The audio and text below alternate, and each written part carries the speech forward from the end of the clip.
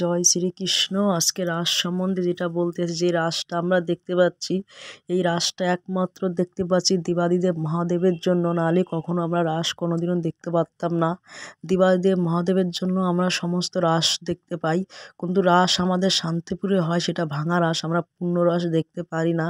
তার জন্য আমরা রাস দেখছি একমাত্র দেবাদিদেব মহাদেব। হর হর মহাদেব, ওং নমঃ শিবায়। আজকে ওং নমঃ শিবায়ের জন্য, মহাদেবের জন্য যে রাস আমরা দেখতে পাচ্ছি, আর রাস আমরা কখনো দেখতে পারতাম না। এই রাস নিয়ে অনেক কথা রয়েছে, অনেকে বলে রাসলীলা, রাস কাদের জন্য? রাস কখনো পুরুষদের যেখানে যাওয়া নিষিদ্ধ ছিল, তার জন্য কখনো রাস আমরা কখনো দেখতে পারতাম না, একমাত্র দেবাদিদেব মহাদেবের জন্য দেখছি। যখন এই রাসলীলা হয়, তখন মাতা পার্বতী, দুর্গা তখন যাচ্ছিল রাসে, তখন শিব বলছিল তুমি কোথায় যাচ্ছ? তখন বলছে আমি যাচ্ছি, আমার কাজ আছে। বলছিল আমিও তোমার সঙ্গে যাব। বলছে না, তোমাকে নেওয়া যাবে না, ওখানে পুরুষ নিষিদ্ধ। বলছে তুমি আমার স্ত্রী, তুমি কোথাও যাচ্ছ, আমার জানার অধিকার আছে, আমি যেতে পারি, চলো আমাকে নিয়ে চলো। বলছে না, ওখানে পুরুষের নিষিদ্ধ, ওখানে যাওয়া যাবে না। তখন যখন এই কথা বলে, যখন দুর্গা যখন চলে যাচ্ছিল ওখান থেকে, তখন সেই সময় শিব পিছনে পিছনে যাচ্ছিল, দেখি দুর্গা কোথায় যাচ্ছে, যে এখানে আমি যেতে পারবো না। তখন দেখছে এখানে রাস হচ্ছে, সেই রাসে দুর্গা এসেছিল। তখন উনি শিব তখন মেয়ে রূপ ধারণ করেছিল, মেয়ে রূপ ধারণ করার সঙ্গে তখন কিন্তু ওখানের যে গোপীরা, রাধারানীরা তখন কিন্তু ধরে ফেলেছিল কোনো পুরুষ এখানে প্রবেশ করছে। কেন?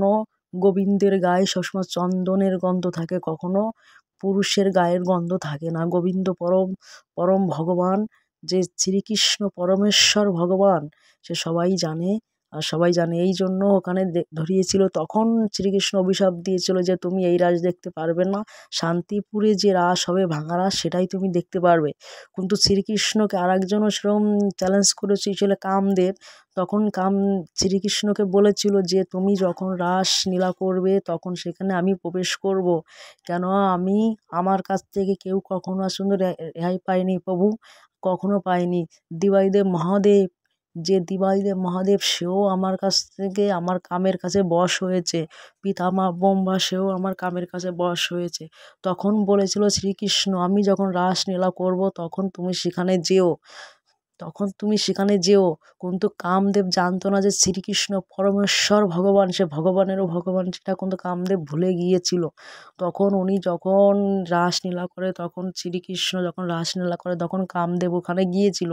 কামদেব যাওয়ার সময় কিন্তু উনি ওখানে প্রবেশ করতে পারি নাই। কেন? যার বশে সব কিছু থাকে, যার ইচ্ছা মতো আকাশ বাতাস জল বায়ু সব চলে, তাকে কে বশ করবে? তখন ওখানে কামদেব বলেছিল হ্যাঁ, তুমি পরমেশ্বর ভগবান শ্রীকৃষ্ণ, আমার ভুল হয়ে গেছে, হে প্রভু আমার ভুল হয়ে গেছে, তুমি আমায় ক্ষমা করো, দয়া করো, কৃপা করো। তখন কামদেব সেখানে ভুল স্বীকার চেয়ে শ্রীকৃষ্ণ তো চলে এসেছে। যারা রাস সম্বন্ধে জানে তাদের বললাম যে হর হর